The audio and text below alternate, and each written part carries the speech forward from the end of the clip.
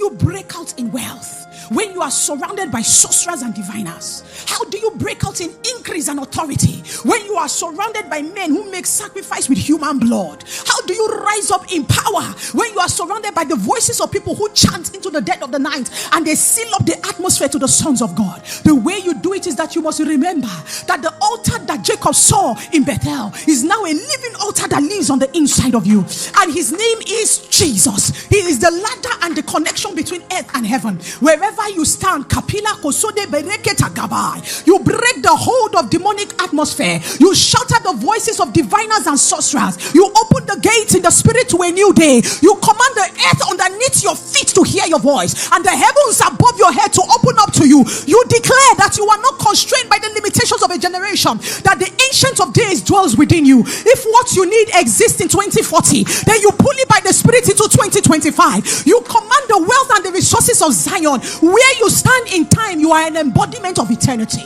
Kalabia kotono, ekevegevegevegediakoto, shangrakata. As they chant, you chant. As they speak, you speak. As they sacrifice, you sacrifice. Let us see who is God. Let us see who the heavens respect. If God be God, then let fire fall upon my altar.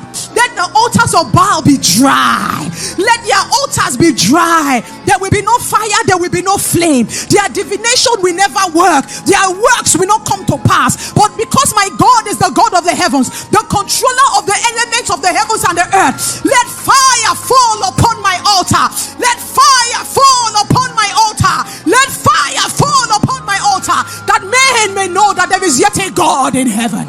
Amaleko no sobe. Damberi kusava valade.